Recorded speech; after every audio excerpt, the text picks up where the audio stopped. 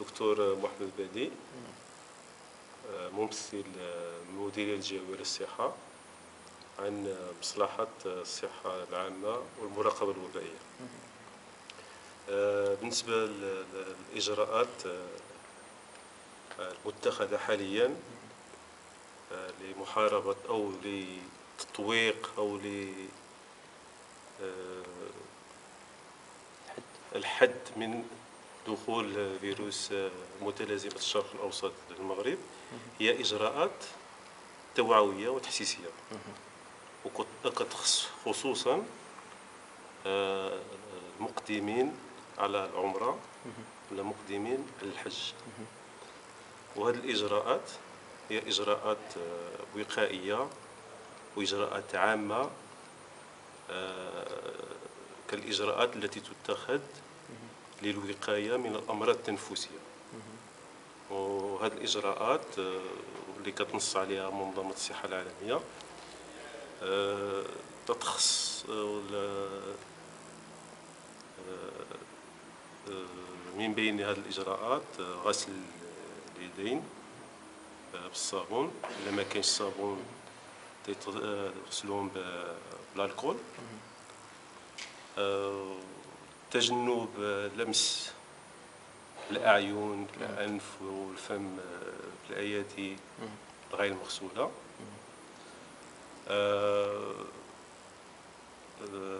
هناك إجراءات تهم الصحة النظافة العامة للشخص، خص الإنسان يلتزم بهذه الإجراءات ديال النظافة العامة. وكاين إجراءات بما يخص مثلا التغذية، خص تكون تغذية متوازنة وتغذية كاملة لما لها من علاقة خصوصا مع المناعة. كاين إجراءات أخرى فيما يخص السعال. هذه إجراءات باش في حالة كاين مرض اللي صعيب نشخصو، دونك السعال ان الانسان فوقاش غيسعل يسعل في الذراع ديالو ولا يسعل في المنديل جوتابل زعما كيترمى باش ما يعاديش الاشخاص الأصحاء. شنو هي الطرق باش كينتقل هذا المرض بين انسان وانسان ولا من حيوان مثلا؟ دابا زعما المعلومات اللي كاينه حاليا على هذا المرض ان الطريقه ديال الانتقال ديالو مازال ما معروفاش بواحد الدقه، غير هذه الاجراءات اللي كنتاخذوها بناء على لي مانيفيستاسيون كلينيك، التمظهرات السريريه ديال المرض. هذا المرض هو تيبان يتمظهر في الجهاز